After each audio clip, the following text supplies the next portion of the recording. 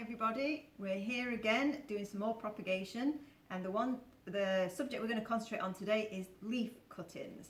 Some of you have practiced this already, and you're getting ready to take your test, so this is your refresher before you take the test. So the equipment that we've got here are 2 trays. They've been prepared with compost and sharp sand, and then a pot with the compost sharp sand and sharp sand dressing on top. We've got some labels, we've got glass, we've got a propagator cover, we've got our chopping board, ruler, knife, dibber, and our plant samples that we're going to propagate. So we're going to do 5 in all, and we're going to start off with begonia. There are 2 types of cuttings we're going to do with begonia. This is quite a big lad, this one. So we're going to do whole leaf lamina and leaf squares. So I'll just take the plant here so you can see it. If we can see, we've got the node, we've got the bud there, and we need to preserve the bud when we take the cutting. So the bud's still there. When we have it on our board, we will remove the PTO for whole leaf lamina because we don't need that.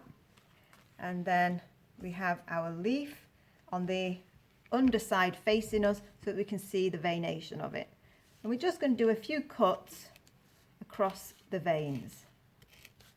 Some people do more cuts than this, but I've got so many begonias that we only need a few. You can see how we've done the cuts. And then we place that upper side facing onto the compost.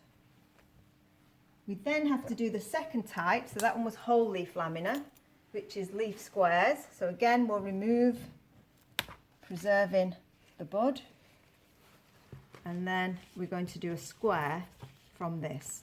So we're going to take a square out of the lamina, about 1.5 inches. You can do them smaller, but they can rot before rooting if you do them, if they're stuck under the glass. So I tend to do them a little bit bigger. So just cutting out our square.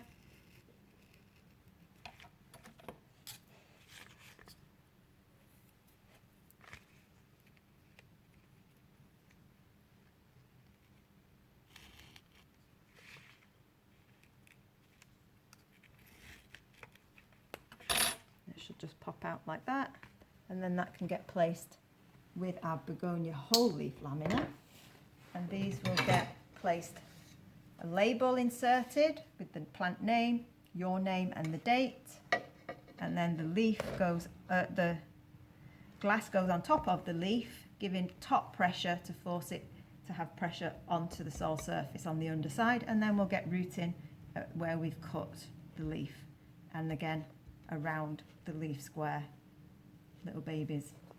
So that's begonia. Our next one is going to be off the Cape Primrose. So this is a different one now, different plant, different method. So the method we're going to use for this is whole leaf lamina. So I'm just going to use a small leaf because he's been cut a few times already, this darling. Remove it as near to the crown as you can without damaging any other plant parts. Turn it onto its reverse on the chopping board. Place your knife along the midrib, and in one sweep take it from the midrib. And again on the other side, one sweep along the midrib, and then we remove the midrib. So this is midrib removal, and we have these 2 sections here, and they go into the compost facing upwards, so vertically, and they almost look like little dinosaurs' backs.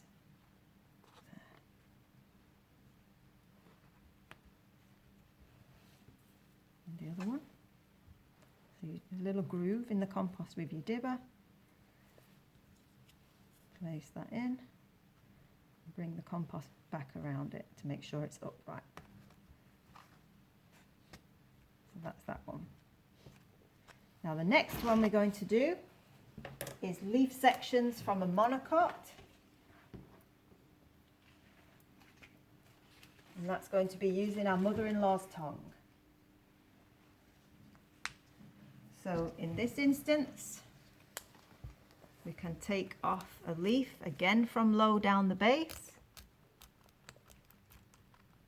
without damaging other leaves that are beyond it. They're quite fibrous, so a little bit of force is needed. Sorry. And then we place it down on the board. I'm going to remove the very thin bit at the bottom because that's a bit better, more surface area. And then just using the tip of the dibber, I'm going to measure my leaf sections. Now, the key thing to remember with the Sansevieria, it's a monocot, so the veins run in parallel to each other up the plant, and we also have to note the polarity, so the way that it came off the mother plant. The section that was at the base would be the south, the tip would be the north, and that's the way it has to be inserted into the compost. So south is south, north is proud of the compost. So if we have a look at that, we're going to put a little groove again in the compost. We're going to insert our cutting south side down. So leaf base down. And it is key to success of these cuttings to get the polarity correct. So that's the mother-in-law's tongue. We then place the propagator lid on that so that I can regulate the humidity, because these plants inside don't like too much humidity, but it just helps us to make sure they don't lose too much moisture as well. So that's that, those two. And then we have one more to go, and this one is the African violet. So this is the African violet, and this is different again because this is leaf petiole cutting. So we can see here we've got a leaf. I'll preserve the better ones for you to do your test with, but we remove this as low as we can, again to the crown, but trying not to damage any other plants. So you can see there where that was taken. And then place it onto the board. And we're just going to use this as our guide again. So, and take off that cutting there.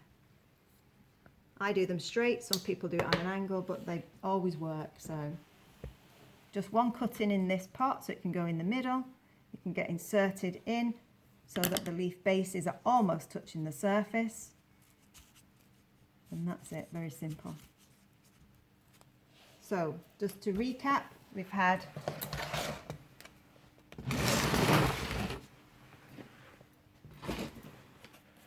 begonia whole leaf lamina, begonia leaf square.